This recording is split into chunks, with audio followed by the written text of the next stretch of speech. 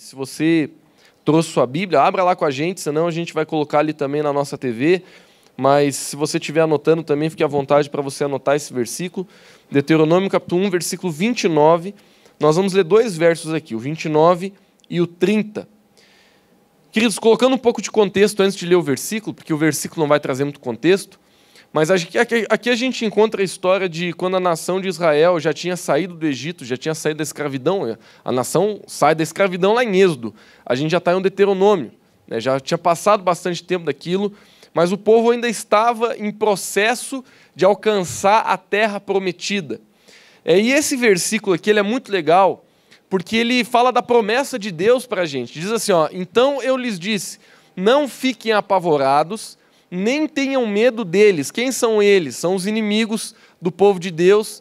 E aí diz assim, para onde iremos? Eu acho que você voltou, né? Vai para frente para a gente aí. É o 30. O Senhor, o seu Deus, que está indo à frente de vocês, lutará por vocês diante dos seus próprios olhos, como fez no Egito. Então, queridos, trazendo um pouco mais de contexto para vocês hoje, o nosso contexto desse versículo é esse. A gente sabe que o povo de Deus estava numa encruzilhada, porque Deus mandou com que eles alcançassem a terra prometida, que eles vencessem inimigos para poder tomar posse daquela terra onde Deus tinha prometido, a terra que a Bíblia chama de terra prometida. Só que nesse versículo aqui, de forma específica, nós vemos a promessa de Deus. O Senhor dizendo algo, eu estou indo à frente de vocês, o Senhor lutará por vocês. Queridos, o título da mensagem de hoje é Nossa é a Vitória. Fala comigo, nossa é a vitória. Fala para você mesmo agora, diz minha é a vitória. Agora olha para a pessoa que está do seu lado com um grande sorriso no rosto e diga, tua é a vitória. Fala melhor, que eu acho que você, do jeito que você falou aí, não animou a pessoa. Olha de novo e diz, tua, meu chefe, é a vitória. Amém. Sabe, queridos, eu sei que é maravilhoso a gente crer que a vitória é nossa. E ela realmente é nossa. Deus venceu na cruz do Calvário. Lucas, que vitória é essa? Vencer o quê? Queridos, vencer o pecado, vencer a depressão, vencer a tristeza, vencer a canseira da alma, vencer a morte eterna. Deus ele nos deu vitória sobre o reino das trevas e sobre tudo aquilo que o reino das trevas traz de influência sobre a nossa vida. Agora, eu abri esse texto aqui, eu sei que já foi fechado, mas a gente decorou, não tem problema. Eu abri esse texto para mostrar um princípio lá na vida do povo de Israel que ele é presente para a nossa vida hoje. Nós precisamos deixar que Deus lute as nossas batalhas. E esse é um dos temas centrais da mensagem hoje, porque a forma que a gente vive ou deixa de viver pode impedir que Deus lute por nós. Quantos estão entendendo? E é sobre isso que eu queria conversar com vocês hoje. Sobre como que eu e você podemos deixar com que Deus realmente tenha influência nas nossas batalhas. Sabe, querido? A Bíblia ela é cheia de promessas, mas as promessas de Deus elas só podem ser vividas pelas pessoas que obedecem à palavra de Deus. Então, a gente falou um pouco sobre isso semana passada. O ano passado a gente falou a respeito disso aí, um pouco, a respeito de como as promessas de Deus são milhares, elas são vividas por aqueles que priorizam a obediência. E hoje a gente vai falar um pouco mais sobre isso também. Mas eu queria hoje falar do CPF do cristão. Todo mundo aqui tem um CPF? Quem aqui você já decorou o teu CPF?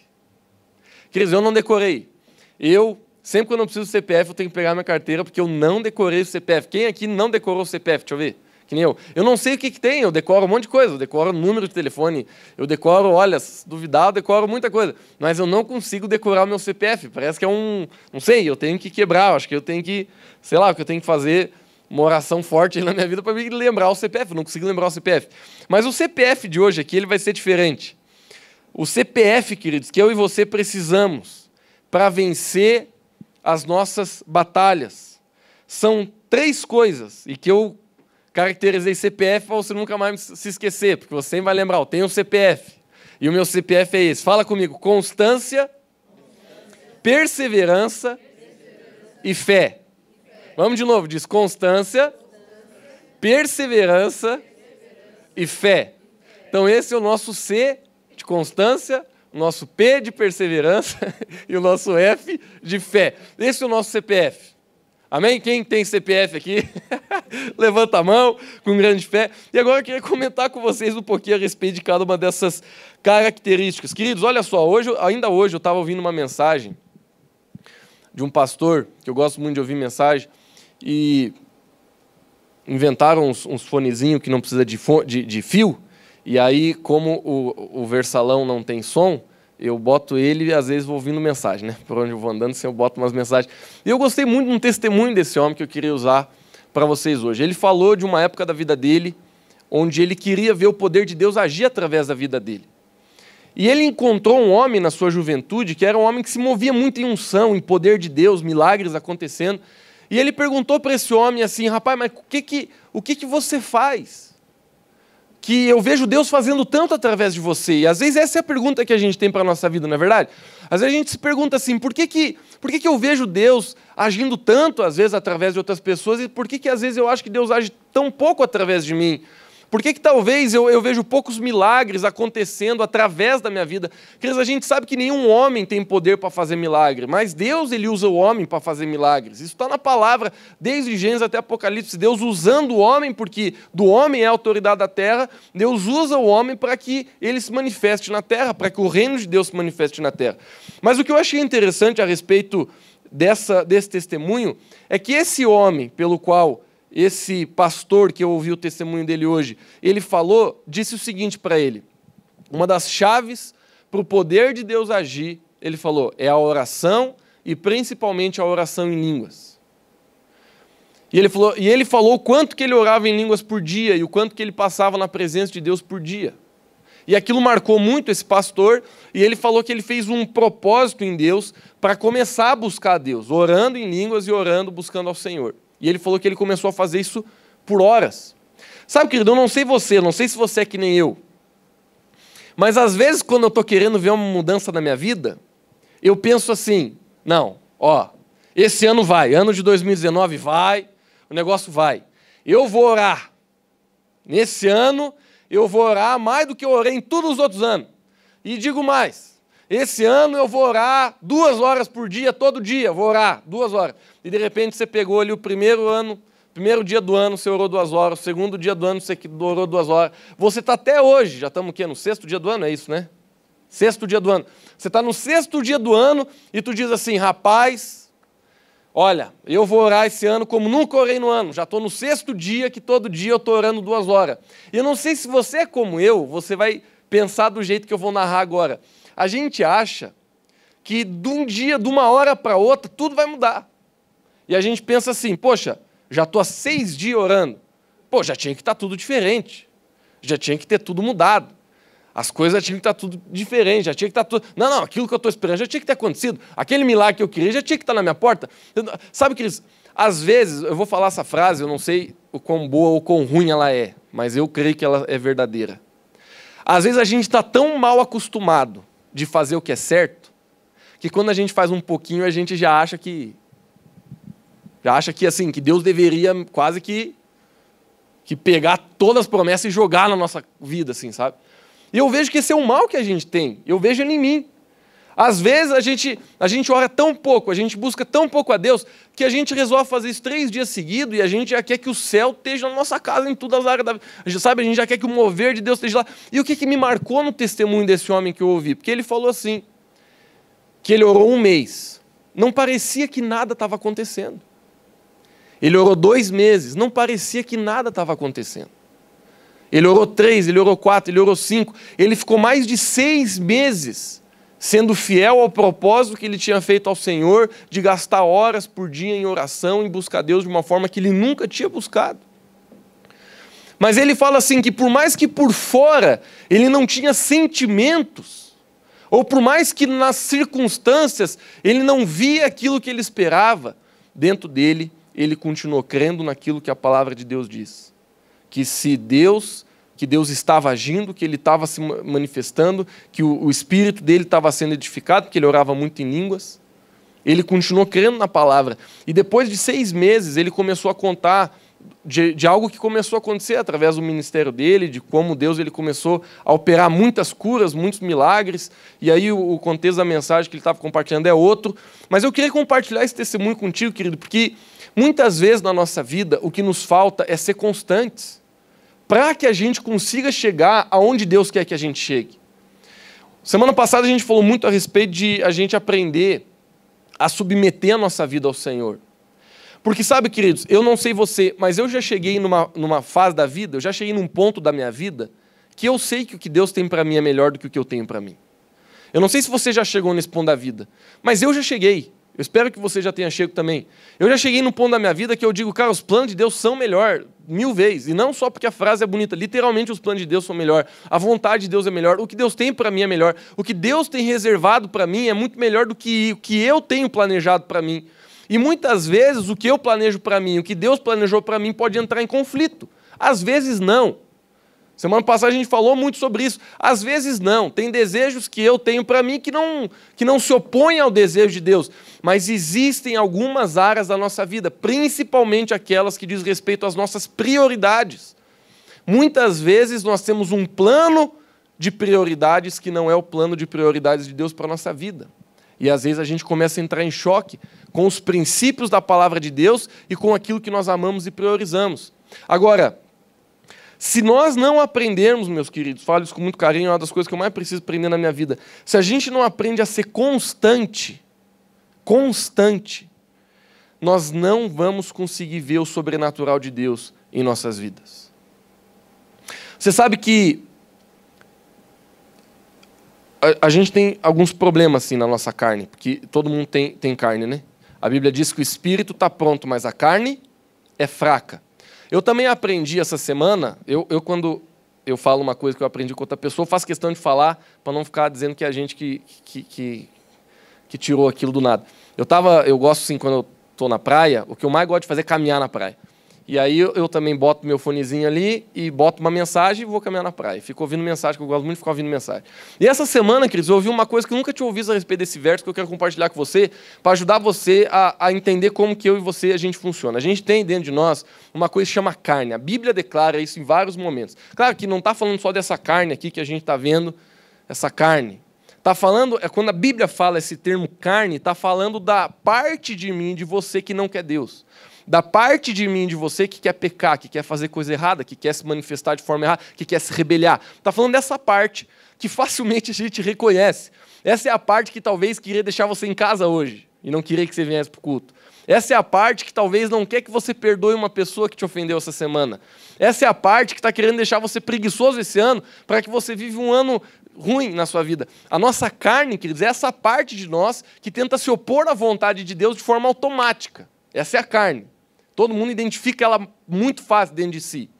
Agora, esse versículo ele diz, e o próprio Jesus ele estava falando isso num contexto para os discípulos muito interessante, porque o contexto era simples. Jesus ele estava no Getsêmani, pronto, o tempo tinha chegado, ele ia ser entregue aos soldados para ser crucificado, e os discípulos estavam com muita dificuldade de se manter acordados, porque eles estavam varados de sono.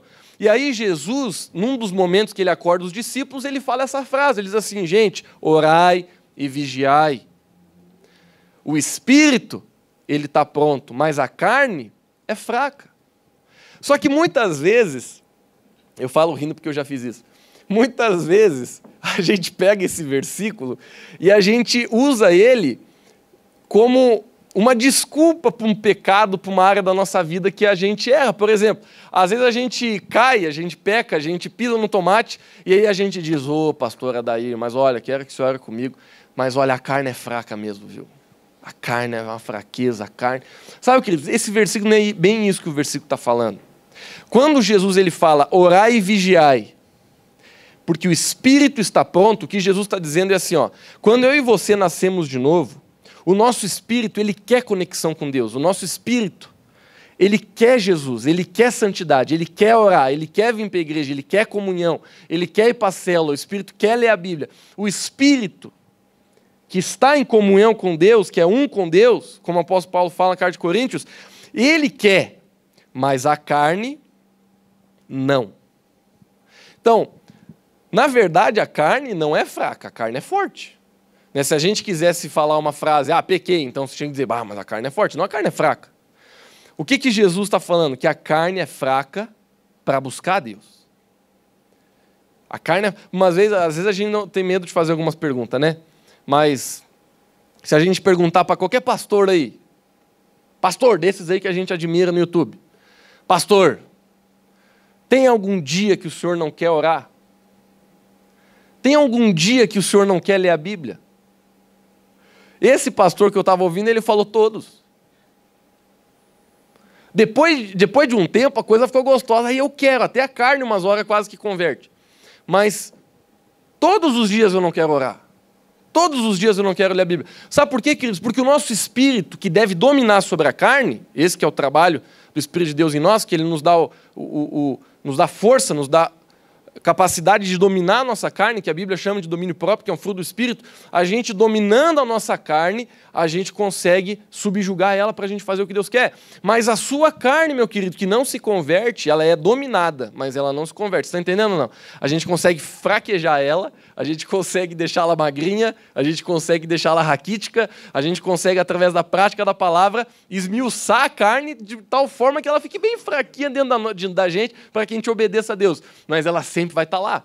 E esse pastor falou isso, ele disse, quase todos os dias eu não estou com aquela vontade de ler a Bíblia, de orar. Mas quando eu faço isso, quando eu ajo em obediência, eu vejo o que Deus faz.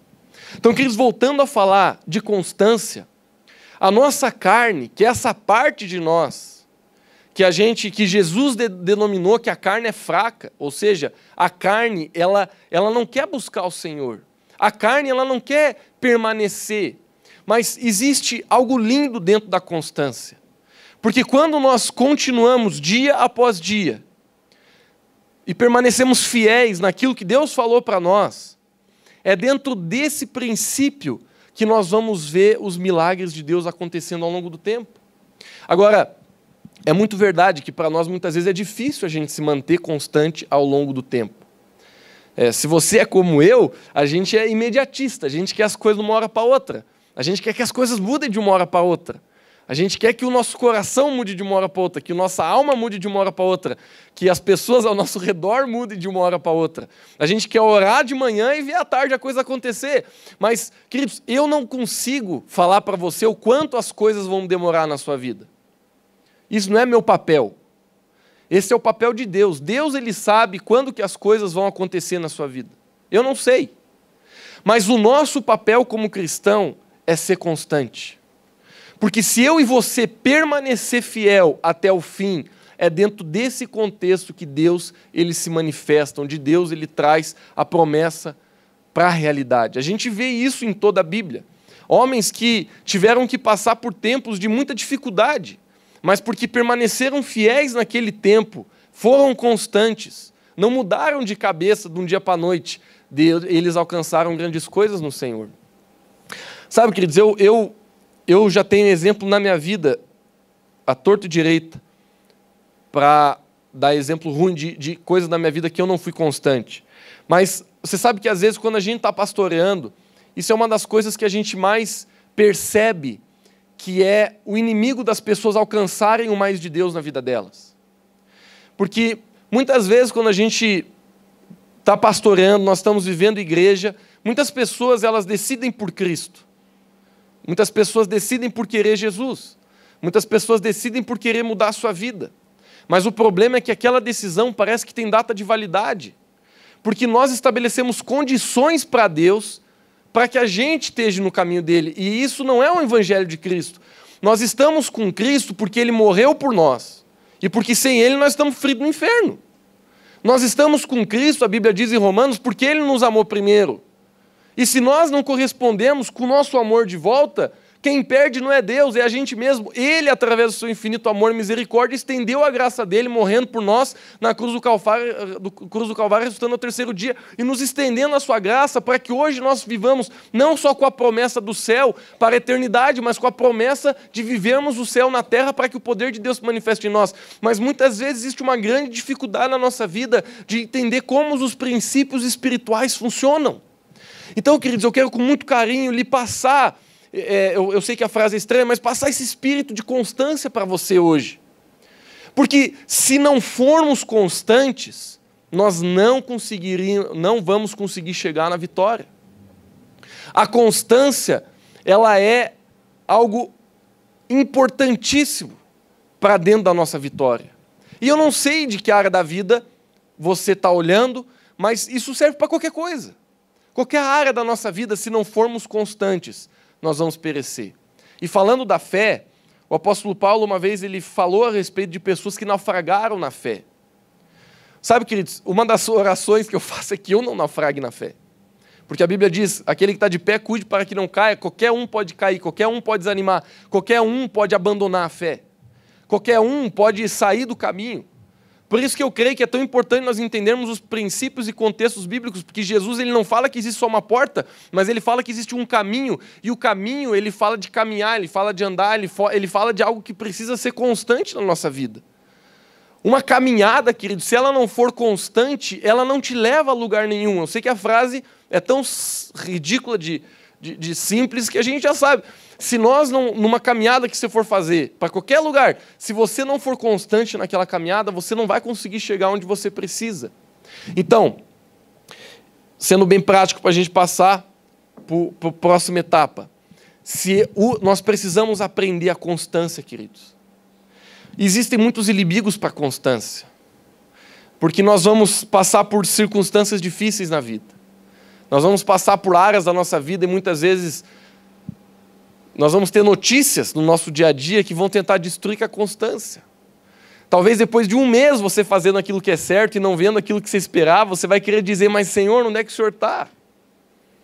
Sabe, eu ouvindo o testemunho desse homem de Deus hoje, que eu estava ouvindo, me desafiou a minha fé. Porque ele falou que ficou 6 meses orando sem visível aparência de Deus na vida dele. Queridos, eu nunca fiz isso na minha vida. De fazer um propósito de orar por horas, 6 meses. Mas eu fico pensando tantas coisas que eu já fiz e como a gente quer ser imediatista com Deus, como a gente quer ser em Deus. Eu vou fazer isso, mas eu quero isso. Eu vou fazer aquilo. Sabe, queridos, a gente quase que quer virar Senhor de Deus, sendo que a gente nunca pode tirar o lugar dele, ele que é o nosso Senhor. Então, eu volto a dizer, ninguém na Terra tem um papel de dizer quanto tempo as coisas vão durar na sua vida. E quando eu falo as coisas, eu não sei do que você está pensando. Mas pode ser qualquer coisa. Pode ser qualquer área que você espera, uma mudança, uma transformação, em qualquer área mesmo. Pode ser espiritual e até natural. Não é meu papel. É o papel de Deus dizer quanto tempo as coisas vão demorar. Eu sei que Ele tem um propósito para todas as coisas. Eu sei que Deus é soberano e Ele vai usar todas as coisas para o seu bem se você submeter a palavra dEle. Eu não consigo, nenhuma pessoa consegue dizer, a Silvana vai passar 1 ano por isso, por causa disso. Não, esse é o papel de Deus. Deus, Ele conhece os tempos sobre as nossas vidas. Agora, existe uma constância que precisa desenvolver dentro de nosso caráter. Que se nós não pegarmos essa vibe, se a gente não pegar essa veia, se a gente não entender esse princípio que durante o caminho da constância nós vamos ser tentados a desistir, nós vamos ser tentados a murmurar, nós vamos ser tentados a desanimar, nós vamos ser tentados a abandonar. Se nós não entendermos que existe beleza dentro da constância, nós vamos ser como aqueles, querido, que a própria Bíblia diz, que se batem com qualquer vento de doutrina. O que o apóstolo Paulo estava querendo dizer a respeito disso? Uma hora está animado, outra hora está desanimado. Uma hora que é Jesus, outra hora que é outra coisa. Uma hora que está na igreja, outra hora não quer nem passar na frente da igreja. Uma hora quer amar o irmão, na outra hora já acha que não precisa mais amar o irmão. Sabe, queridos, a inconstância é aquilo que impede as pessoas de chegar no lugar onde Deus preparou para elas. Eu não sei você, mas isso causa temor dentro do meu coração. Porque eu não estou falando só da constância de vir à igreja, de permanecer cristão. Eu estou falando da constância de buscar a Deus, de viver em santidade, da constância de negar a si mesmo, da constância de continuar falando a mesma coisa todo dia, da constância de alimentar os meus relacionamentos saudáveis todo dia. Eu estou falando da constância, querido, que me leva à terra prometida. Se nós não formos constantes, a gente vai pifar no meio do caminho. Não diferente, mas com uma conotação um pouco diferente, queridos, a gente vai falar agora um pouco sobre perseverança. Constância, eu acho que é um pouco diferente de perseverança. Porque a constância, na minha opinião, ela está conotando mais a ideia de você permanecer, mas permanecer fazendo a mesma coisa, permanecer olhando para o mesmo lugar, permanecer com a mesma motivação. E eu acho que a perseverança, ela é algo que se manifesta literalmente diante da adversidade. Porque, queridos, a falta de perseverança gera desistência. E quando nós desistimos daquilo que Deus falou, nós estamos tomando uma decisão errada na nossa vida. E eu sei que às vezes essas desistências, elas aparecem na nossa vida quase que escondido. É uma decisãozinha que a gente toma escondido debaixo da banha ali, que a gente fala, não, aquilo ali eu não quero mais. Aquilo ali eu não vou buscar mais. Essa ideia eu não vou mais crer. Esse versículo não vai mais ser carro-chefe da minha vida. Essa verdade de Deus, eu acho que ela não é verdadeira.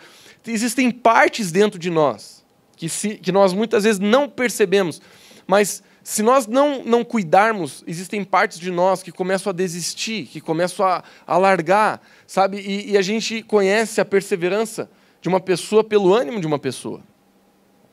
Porque, querido, Satanás, ele quer que você desista. Satanás quer que você abandone o barco. Satanás quer que você largue a corda. Mas Deus, eu imagino aquele verso que a gente leu ali, Deus se manifestando ao povo de Israel lá em Deuteronômio, porque a coisa estava feia. Nesse exato momento que a gente leu aquele verso de Deuteronômio, capítulo 1, versículo 29 e 30, eles tinham acabado de espiar uma terra para ver se eles iam para a batalha ou não. E Moisés, ele envia 12 homens para espiar a terra. Os 12 voltam. Dos 12, somente Josué e Calebe trazem uma mensagem positiva, dizendo assim, dá de vencer. O Senhor está do nosso lado e vai dar certo. Os outros 10, eles falam assim, não, a coisa é difícil, a gente vai morrer, não tem como. Eles são fortes, eles têm isso, eles têm aquilo. Sabe, queridos, a perseverança, ela é sempre um termômetro da nossa fé. Eu gosto de pensar assim, a perseverança na minha vida é como um diagnóstico da minha fé.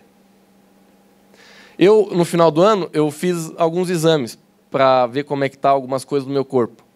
Então, eu fiz exame de sangue, que eu não gosto de fazer, mas fiz porque tem que fazer. Eu fiz ultrassonografia, eu fiz alguns exames que eu tinha que fazer. E sabe, queridos, quando você faz um exame no médico, o médico ele fala muitas vezes assim para você, isso aqui que você tem é sinal de tal coisa. Você nunca foi no médico e o médico falou uma coisa parecida com isso? Isso aqui que você tem é sinal disso aqui. Isso aqui que você está apresentando é sinal disso aqui. Eu gosto de olhar para a perseverança como algo que mostra a nossa fé. Se nós temos perseverança, a nossa perseverança, em outras palavras, ela consegue, talvez a melhor palavra não seja medir, e talvez não seja também um termômetro, mas a nossa perseverança, ela é um sinal de como a nossa fé está. Porque tu perceba que esses 2 homens, Josué e Calebe, quando eles voltam de espiar a terra, eles não acham que pela própria vontade deles eles iam conseguir, mas eles colocam na conta de Deus, eles dizem assim, eu sei que a gente está ralado, a gente não consegue, mas se Jesus estiver do nosso lado e Ele está, nós vamos ser vitoriosos.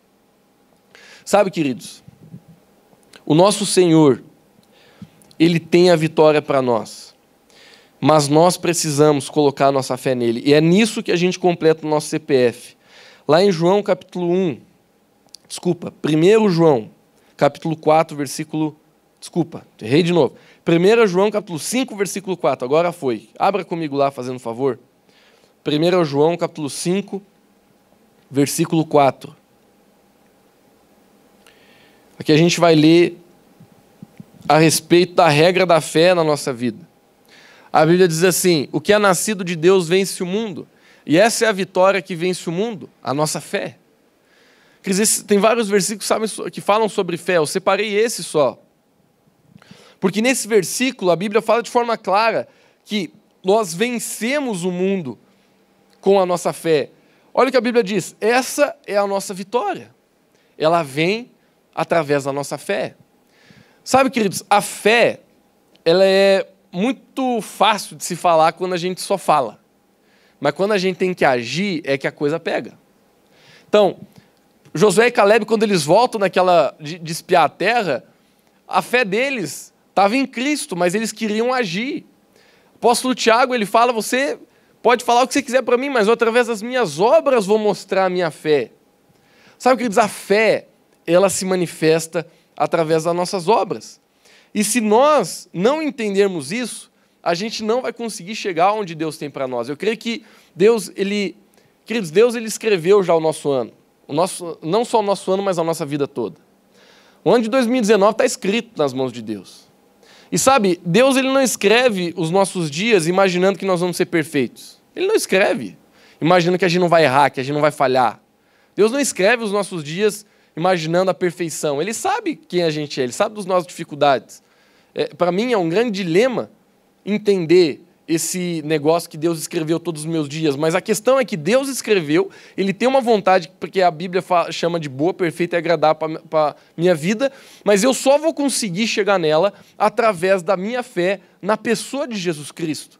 E a fé, queridos, eu gosto de pensar assim, a fé é o leme das nossas ações. A fé é o leme das nossas atitudes. A fé, ela é o leme que dirige o barco. Porque se eu vejo uma circunstância, é o tamanho da minha fé que diz eu vou passar por ela ou eu vou pular fora. Se eu estou vivendo uma dificuldade, é a fé que diz eu vou continuar orando ou eu vou parar de orar. Se o pecado bate na minha porta, é a minha fé que vai dizer eu vou viver em santidade ou eu vou pular no pecado. A fé na nossa vida é aquilo que muitas vezes determina aquilo que a gente vai fazer depois que alguma coisa fica ruim, depois que alguma adversidade se levanta, depois que alguma coisa tenta fazer você tomar uma decisão errada. E aqui a gente encontra nesse verso a Bíblia dizendo que é literalmente através da nossa fé que a gente consegue obter a vitória. Queridos, a Bíblia chama de Abraão o pai da fé. A gente sabe que não é em vão. Abraão é um camarada que teve uma aliança com Deus.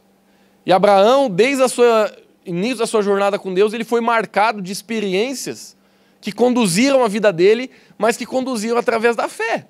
Primeiro, para ter o seu primeiro filho, Isaac, porque ele já nem condições fisiológicas tinha. Não tenho tempo para contar a história, mas ele não tinha condição, pela sua idade, de ter filho. E ele tem filho com sua esposa Sara, e o nome desse filho chama Isaac. Só que depois que a vida continua, a vida não diminui os problemas. De repente, em um determinado momento da vida de Isaac, Deus pede Isaac. Como se Deus estivesse literalmente louco. Deus, ele pede Isaac para Abraão. E eu fico imaginando, queridos, que muitas vezes a nossa vida de constância, a nossa vida de perseverança, ela vai passar por experiências que a gente não vai entender. Eu não sei se na sua vida é assim, mas na minha vida é assim. Eu não entendo muita coisa da minha vida. Eu não sei se a tua vida é assim, mas, sinceramente, tem coisa que aconteceu no passado que eu até hoje estou tentando entender. Sinceramente. Tem coisa que aconteceu na minha vida no passado que até hoje eu estou dizendo, Senhor, beleza, constância, perseverança, fé, vamos lá, CPF. Mas vou ser bem sincero, não entendo até agora. Eu não sei se você levanta a mão comigo nessa, mas, queridos, eu, sendo bem sincero, tem muita coisa na minha vida que eu não entendo. Eu não entendo, até hoje eu não entendo. Eu sei que um dia eu vou entender. Na soberania de Deus, eu permaneço confiando no Senhor e permaneço tentando caminhar perseverantemente. Mas, sinceramente, eu não entendo. Abraão, ele também não entendeu. Quando Deus chega para ele e diz assim, claro que o caso de Abraão é muito maior que qualquer um caso de nós aqui, mas quando Deus chega para Abraão e diz assim, ó, lembra daquele filho que foi difícil de ter, que foi anos peleando? Lembro. Lembro qual é a promessa que tem debaixo desse filho? Lembro. Pois é, agora sobe lá no morro e taca a faca no homem. Sabe, queridos, a gente sabe, a gente já leu o final da história, a gente sabe que Deus estava só provando o coração de Abraão. A gente entende, né? Porque a gente já viu o filme. Mas o que eu estou querendo abrir os teus olhos para você compreender é que na nossa caminhada com Deus, a gente vai ter dúvidas. A gente vai passar por circunstâncias que, sinceramente, a gente vai se sentir perdido. E eu vou ser obrigado a falar. Tem coisa que a gente vai passar na vida que a gente vai ter dificuldade até de entender Deus. Que a gente vai olhar para Deus e vai dizer, Senhor, olha, eu sei que o Senhor não é bom, o Senhor me ama pra caramba, e eu não vou abandonar o caminho, eu não vou sair, mas eu não estou entendendo você. Sabe, queridos, a gente vê na palavra de Deus que todo homem de Deus, toda mulher de Deus, na sua vida, passa por circunstâncias, momentos que a gente não entende ninguém, que a gente não entende o que está acontecendo, o que está deixando de acontecer. Mas o fato de a pessoa ter CPF, o fato de a pessoa ter constância, de ela não mudar os seus passos e nem a velocidade deles, por conta do problema. O fato de a pessoa perseverar, e isso fala de não sair do caminho. Porque constância fala mais de você continuar, perseverança fala de você não sair do caminho. E de você agir em fé, tendo ações de obediência que manifestam o poder de Deus. É isso que no final da história conta o favor de Deus nas nossas vidas. Meus queridos, eu não sei até que ponto que isso está tocando você hoje, mas eu creio que esse é um ano de nós manifestarmos esse CPF aí, de nós termos esse CPF muito bem impregnado dentro do nosso caráter. Porque a promessa de Deus para o ano de 2019 não é um ano sem problemas. Não é um ano sem dificuldades. Não é um ano sem Satanás se levantar. Não é um ano sem você passar por grandes dificuldades. Não é isso a promessa de Deus. Mas a palavra de Deus, ela é clara em nos falar que Ele quer lutar as nossas lutas. Sabe, querido, isso traz tanta paz no meu coração. Eu sei que existe um senso de responsabilidade que precisa crescer em nós, mas isso traz paz. Porque não é minha responsabilidade a vitória é a responsabilidade de Deus. E Ele já venceu. Agora, o fato de eu tomar posse dessa vitória ou não, essa é a responsabilidade minha e sua através da nossa obediência. A obediência, queridos, é aquilo que nos dá o poder de viver em vitória. Toda desobediência, ela tem uma consequência. E a gente vê aqui no texto, foi o primeiro que eu abri, eu tinha outros para abrir aqui, mas eu não vou abrir por conta de horário, mas aquele verso, querido, eu quero me apegar nele, da mesma forma que eu quero que você se apegue nele, quando Deus, Ele fala ao seu povo dizendo, gente, eu vou à frente, eu vou lutar as suas batalhas. Mas uma das perguntas que a gente tem que aprender a fazer é, será que eu e você, nós estamos deixando Deus lutar? Ou a gente está tentando fazer tudo com a nossa força? Essa semana, vou concluir com esse pensamento, essa semana ainda na praia eu penso muito, eu viro um pensador na praia, fico refletindo na vida. E essa semana eu estava refletindo sobre um termo que o crente usa muito, que é entregar nas mãos de Deus. A gente fala muito isso, né? Não, vamos entregar nas mãos de Deus. Alguém liga pra gente, ô, tchau daí, tô com um pepino. Lucas, vamos entregar nas mãos de Deus. A gente fala, Odeia, aconteceu tal coisa. A Deia fala, vamos entregar nas mãos de Deus. A gente gosta de entregar tudo nas mãos de Deus. Agora, essa semana, eu não sei, assim, eu estava lá no momento e eu comecei a pensar a respeito disso, entregar nas mãos de Deus. Sabe, queridos, eu quero entregar nas mãos de Deus cada uma das minhas lutas. Eu quero entregar nas mãos de Deus o meu futuro. Eu quero entregar nas mãos de Deus a minha vida financeira. Eu quero entregar nas mãos de Deus tudo que eu sou e que eu tenho, porque eu sei que o que Ele tem para mim é muito melhor que aquilo que eu posso sonhar para mim. Agora, essa semana, queridos, eu sei que o pensamento é simples, mas essa semana eu perguntei para o Senhor, dizendo, Senhor, o que é entregar algo nas Tuas mãos? E a resposta foi extremamente simples. A resposta é, se nós entregar nas mãos de Deus é manifestar em atitudes obediência na palavra do Senhor. Eu vou falar isso de uma outra forma. Eu não sei se é preguiça ou se é uma fé meia falsa que a gente gosta de ter. Mas sempre quando a gente está passando por um problema, parece que é mais fácil a gente falar, entrega nas mãos de Deus, e a gente ora dizendo, Senhor, eu entrego nas Tuas mãos. Mas, na verdade, queridos, essa frase, ela não tem sentido se depois que a gente fala dela, a gente não abrir a Bíblia e a gente diz, Senhor, e agora me diga, o que é obediência nessa área? Porque entregar nas mãos de Deus não é algo que a gente simplesmente faz com a boca. Entregar nas mãos de Deus é o que a gente faz com o coração através das nossas atitudes. Tem dois termos, e eu finalizo com isso, que são confusos por crente, que a gente muitas vezes entende errado, e que por entender errado, às vezes a gente até se empipina. Que é esse, entregar nas mãos de Deus. Esse é um termo que a gente muitas vezes erra, a gente pensa, entrega nas mãos de Deus. E outro é esperar em Deus. Esses dois termos, facilmente, muitas vezes a gente não entende. E aí a gente passa pelos nossos problemas dizendo isso, não, eu entrego nas mãos de Deus e eu espero em Deus. Só que se a gente não cuidar, a gente pode estar, pela fé errada, não compreendendo a palavra, fazendo o oposto do que Deus queria que a gente fizesse. E o que sai da nossa boca é literalmente essas duas frases, eu estou esperando em Deus e eu estou entregando na mão de Deus. Queridos, essas duas coisas, elas literalmente significam estar em obediência ao Senhor. Estar em obediência ao Senhor. Então, por exemplo, eu sei que todos nós temos circunstâncias da nossa vida em que a gente fala, estou colocando na mão de Deus e estou esperando em Deus. A pergunta que eu faço, para a gente ser prático, o que você está fazendo e que a Bíblia te respalda para você fazer, que literalmente te coloca nesse lugar onde você está esperando, em que você está colocando na mão de Deus. Porque, queridos, não me entenda mal, isso é certo. Isso é certo. Essas frases são corretas, a gente deve usar. A gente só precisa cuidar para que a gente não esteja usando errado. Porque, é verdade, tem coisa, queridos, na minha vida que eu não tenho condição de fazer e eu tenho que esperar em Deus. O máximo que eu posso fazer, eu acho que é orar. Tem coisas na minha vida que eu tenho que entregar nas mãos de Deus. Porque eu não tenho capacidade de mudar tal situação. Mas, ainda assim, nós precisamos entender e entrar dentro da dimensão de compreender a nossa parte.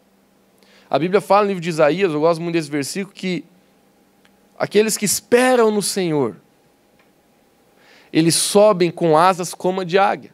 Elas correm e não se cansam. Elas caminham e não se fadigam. Eu gosto desse verso porque ele fala quase de uma forma poética o que acontece na vida do crente. Porque quando ele espera no Senhor, o termo que a gente gosta muito, a Bíblia fala o que acontece dentro dele. Agora, eu gosto desse termo porque a Bíblia diz que o camarada está correndo e que ele está andando, ele não está parado. Vocês entendem o que eu estou querendo dizer? Então, beleza, os que esperam no Senhor. Então, a palavra espera dá uma ideia de que você estacionou. Dá uma ideia de que você botou o freio de mão e está calmo. Mas logo depois a Bíblia diz, o camarada que espera, ele está subindo como uma águia. A águia sobe alto e sobe rápido. E ele está correndo e ele está andando. Então, queridos, eu quero te dizer que existem alguns termos que, se a gente não interpretar bem, nos atrapalham a vida cristã. E um deles é esse. Esperar no Senhor é correr em obediência. Entendendo que é Deus que faz, mas é que a gente que permite. Entregar nas mãos de Deus é entender que a gente não fica parado esperando Deus fazer um milagre. A gente entende qual é a nossa responsabilidade em obediência e a gente responde com essa obediência para que a gente consiga chegar na vitória. Queridos, eu creio que a vitória é sua. A vitória é sua.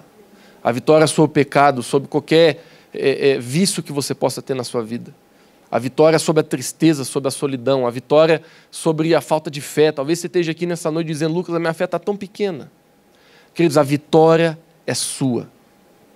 Mas eu e você precisamos ter o nosso CPF muito bem guardado. Porque eu não sei quando que a tua vitória vai chegar. Eu não sei se é hoje, se é amanhã, se é semana que vem, se é no segundo semestre, ou se talvez seja só no ano que vem. A mim não cabe dizer os tempos. Do Senhor pertencem os tempos. Mas nós entendemos que se nós tivermos constância, não fraquejar na caminhada, se nós tivermos perseverança, não mudarmos as nossas atitudes que nós tomamos em Cristo, e se nós tivermos fé, que fala das nossas declarações, do leme da nossa vida e daquilo que rege as nossas decisões, querido, Deus, Ele vai manifestar a vitória dentro de mim, dentro de você. Eu tenho certeza absoluta. A palavra de Deus fala a respeito disso, a respeito da constância. A Bíblia diz a respeito de como Jesus ele foi fiel até o fim.